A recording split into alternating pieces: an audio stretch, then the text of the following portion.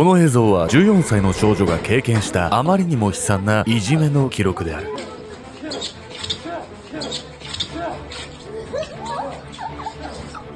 2023年2月1日、アメリカ・ニュージャージー州バークレータウンシップ。アドリアナ、大丈夫か？高校の保健室へ駆け込んだ男性。ベッドの上では娘のアドリアナ・クッチが涙を浮かべていました。痛々しくあざが浮かんだ鼻に大きく腫れ上がった唇。その日彼女は学校で4人の女子生徒から暴行を受けたんです。父親はすぐに被害届を提出し、少女たちは無期限の停学処分に。こうして事件は収束するかに思えました。しかしアドリアナはこの2日後、クローゼットの中で自殺してしまうんです。学校での暴行事件の後、自ら命を絶った14歳の少女。死を選ぶほどに彼女を苦しめたその元凶とは。少女を追い詰めたのは単純な暴力だけではなく、現代ならではの心を殺す方法だったんです。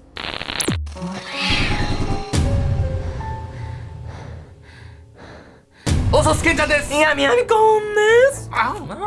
最近ちょっとね、なんか笑いながらも泣ける映画を見ちゃった。笑いながら泣ける映画。そう。全部入りね。一般的にはコメディって言われるんだけど、なんかあなた見たことあるかしら？学校でさ、ロックバンドやるみたいな映画って言われてわかる？なんだろう。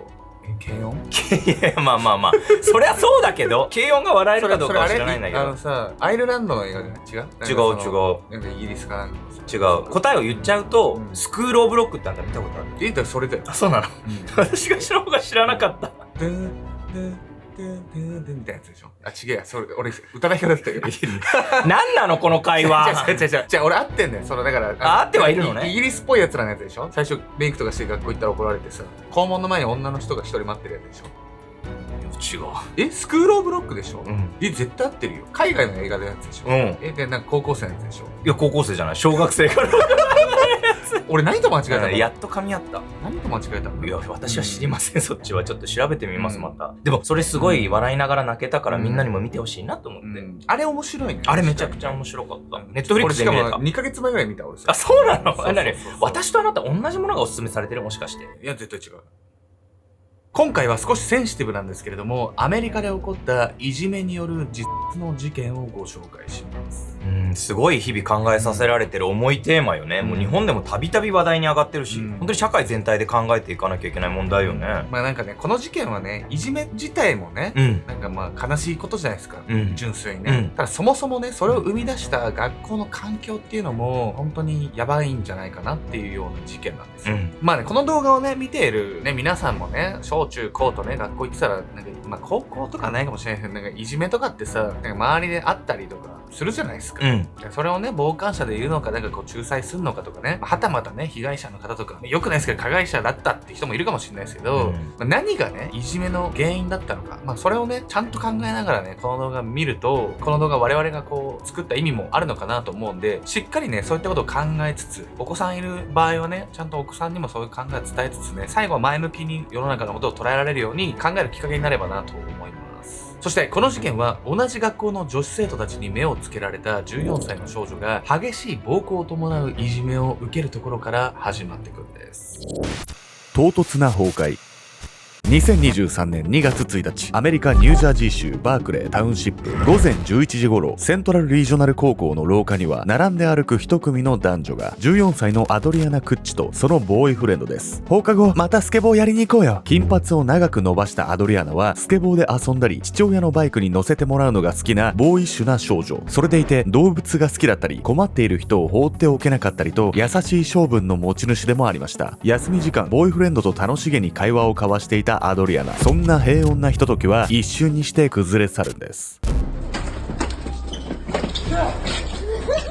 突然水筒でアドリアナの頭を殴りつけた少女。アドリアナが倒れると同時にその場には野じ馬の歓声が上がりました。倒れたアドリアナをさらに殴りつけ、その髪を思い切り引っ張る加害者の少女。やめろって。ボーイフレンドは必死に止めに入りますが、少女は暴行をやめようとはしません。取り巻きの生徒たちもクスクスと笑いながらアドリアナにスマホのカメラを向けていました。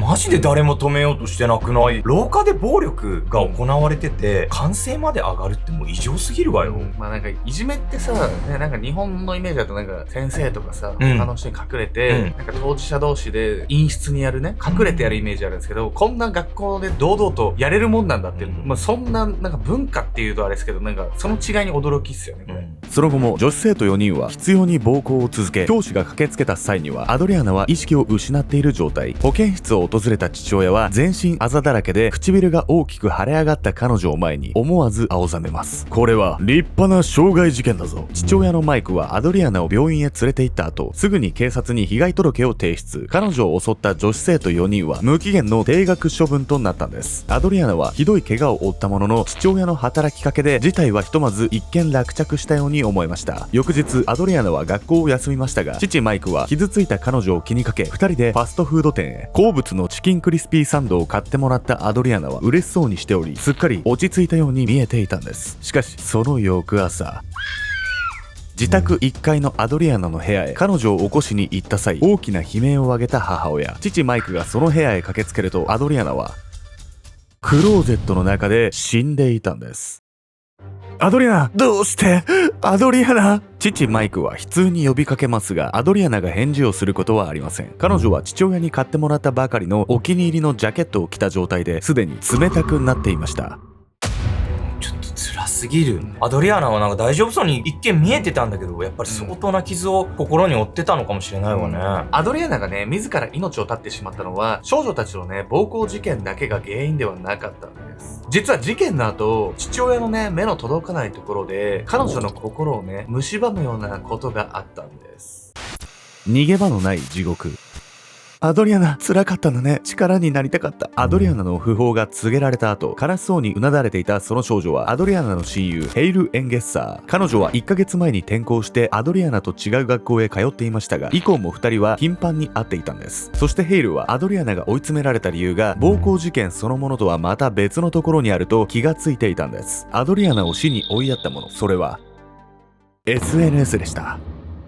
アドリアナが暴行を加えられたあの日、主犯の少女の取り巻きたちは彼女を嘲笑いながらスマホで動画撮影をしていました。事件後、その動画は TikTok にアップされ拡散。投稿にはアドリアナへの誹謗中傷コメントが相次いでいたんです。親友のヘイルが SNS が原因だと感づいたのは、彼女もその高校へ通っていた頃、同じ被害に遭っていたため、ヘイルは居眠りをしているところを隠し撮りされ、バカにするコメントとともに SNS で晒されたことがあったんです。この SNS を介したいじめっていうのは、若者の実率をね、上昇させていると言われて、かなり問題視されてるんです。というわけで本日のメトラキーワード、SNS いじめと実率について。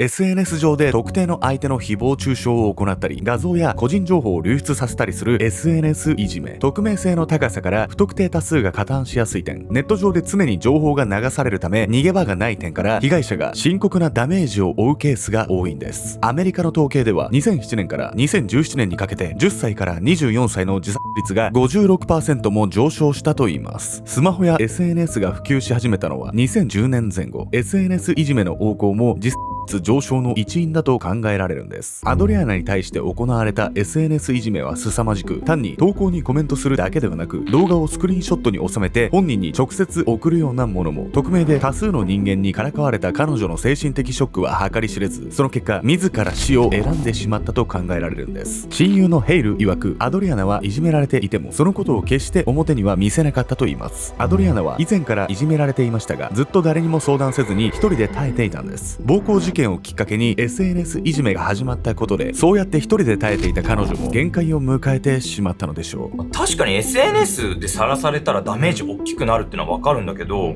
違和感があってさ、普通こんな動画出回ったらさ、アドリアナよりいじめてた側の方がめちゃくちゃ非難されそうじゃない？普通。普通の SNS ならね、そうなんですけれども、この学校においては結構特殊ケースだったんです。アドリアナに異様なまでの誹謗中傷が殺到したのは、学校の生徒たちが共通認識しているいじめ専用のアカウントで動画投稿が行われたため。セントラルリージョナル高校では生徒たちがいじめを楽しむためのアカウントが作られるほどいじめが深刻化していたんです。そしてそこまでいじめが横行する土壌を作り出しているのは、いじめに対する学校の姿勢。事件の日の学校の対応をよく思い出してみると、おかしな部分が多数あることに気がつくんです。まずアドリアナは一時意識を失うほどの重傷を負っていたにもかかわらず、学校は彼女を保健室に運ぶところまでしか対応していません。病院へ連れて行ったのも警察に届け出たのも全て父親のマイク。学校側が何もしなかったのは病院や警察に知らせて大ごとになるのを嫌う隠蔽体質の現れでした。さらにその隠蔽体質はこの地区の教育委員会もまた同じ。セントラル地区の教育長は事件について問われた際こんな言い訳をしたんです。アドリアナ・グッチさんが死を選んだのは家庭環境に問題があったからかと。アドリアナは両親とも仲が良く、家庭環境に問題があるという教育長の言葉は全くの出任せでした。そうやっていじめの事実を一切認めようとはしない教育関係者たち。その態度にアドリアナの両親や学校の生徒、地域住民が激しく憤慨することになったんです。いじめがなかったって言い張るだけじゃなくてさ、親御さんのせいにしたってもうそれ二次被害じゃないもん。やばすぎ。普通に名誉毀損ですよ。この後ね、アドリアナ以外のいじめ被害者の方々が多数声を上げてね、この学校のやばすぎる問題がどんどん浮き彫りになっていくんです。無法地帯。アドリアナの事件に際し隠蔽体質をあらわにした学校と教育委員会。すると以前から学校の体制に問題があったと一番に声を上げたのはアドリアナの親友ヘイルでした。何を隠そう、彼女はセントラルリージョナル高校でのいじめの経験者。ヘイルは在学中ある男子生徒からハサミで刺されたことがありました。当時彼女は教師にも被害を相談しましたが取り合ってもらえず、結局母親と2人で警察に被害届を出しに行くことに。ヘイルがアドリアナと離れて別の学校へ転校したのはこのいじめがきっかけだったんです。またセントラルリージョナル高校ではアドリアナの事件の前年にも生徒による暴行事件が起こっていました。その際被害に遭った女子生徒は30回以上も殴打されて脳震盪を起こし PTSD を発症。半年もカウンセリングや理学療法に通いどうにかそのトラウマを克服しましたが、この時も学校は何も対応してくれなかったといいます。こうした前例や教育長の不適切な発言を合わせ反感を覚えたいじめ被害者の生徒たちは授業をボイコットし連日デモ活動を展開。アドリアナの死から2週間後、数百人の生徒や保護者、地域住民を集め教育委員会との会合が開かれることになったんです。2023年2月16日、教育委員会との会合が幕を開けると、いじめ経験者の少女が母親に付き添われながら壇上に上がった。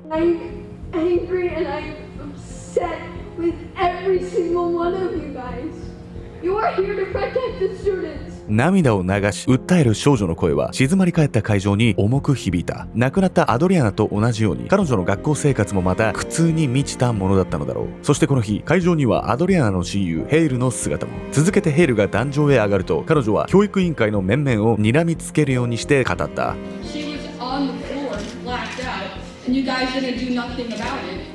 最後にアドリアナと会った時、彼女ときつくハグを交わしたというヘイル。親友のその体温を感じることも今となっては叶わない。責任逃れをする大人たちの振る舞いはヘイルにとって到底許せるものではなかった。この他にも多くのいじめ経験者が会合の壇上に上がった。1年生の時から毎日性的なことでからかわれて自殺したいと思うようになりました。学校の廊下を歩くのが怖かった。私たちはいじめや仲間外れにされることを常に恐れて過ごしています。この日、壇上に上がった誰もが口を揃えて言ったことは、学校は何もしてくれなかったということ。教育委員会の面々は誰もが彼女たちの痛切なその言葉の数々に反応することもできず、何時間もただ黙って話を聞いていた。ちょっとこれだけの訴え聞いてさ、まだ隠蔽を続けようとしてるってもう人の心ないのって聞きたくなっちゃうわよ。そうですよね。いじめ被害者やね、保護者たちの働きかけによって状況は変わりつつあるんです。いじめ被害者や保護者によるデモ活動の過熱もあって、アドリアナに暴行を加えた少女4人は加重暴行の共謀、ハラスメントの罪で起訴されることに。さらに事件から約1年後の2024年1月29日、アドリアナの両親が教育委員会や学校を相手に訴訟を提起。教育委員会がいじめに対してしかるべき対応を取っていなかったこと、学校がアドリアナを保護しなかったことについて損害賠償を求めたんです。またアドリアナの家庭に問題があると発言した教育長は名誉毀損などで訴えられ、辞任を余儀なくされることに。教育長はその際、事件当時の対応の理由を次のように語りました。加害生徒が学校と警察の両方から懲戒処分を受ける二重苦の状態は避けなければならないと思ったんです。教育委員会と学校の訴訟については現在も審議が進められている最中です。また新たな教育長を迎えたセントラル地区の教育委員会は今後について、携帯電話に対する方針の見直し、生徒が危険を感じた際に相談できる窓口の設置、学校のいじめへの対応を調査すする外部機関の雇用などを検討。ダグラス・コルベット新教育長代理は次のように語っています。私たちはこの悲劇から学び、保護者と生徒、そして地域社会の声に耳を傾けることを約束します。娘の死から1年、悲しみを乗り越えて必死に事件と向き合ってきたアドリアナの両親、いじめ被害者の生徒たちが立ち上がったことも相まって、状況は徐々に好転していきつつあります。教育とは子供の明るい未来を作るために存在しているもの。なぜ教育関係者が子供の未来を壊すいじめを見て見ぬふりしてしまうのでしょうか。子供をそばで支える大人たちが使命感を持って仕事に向き合うために、あなたは何が必要だと思いますか？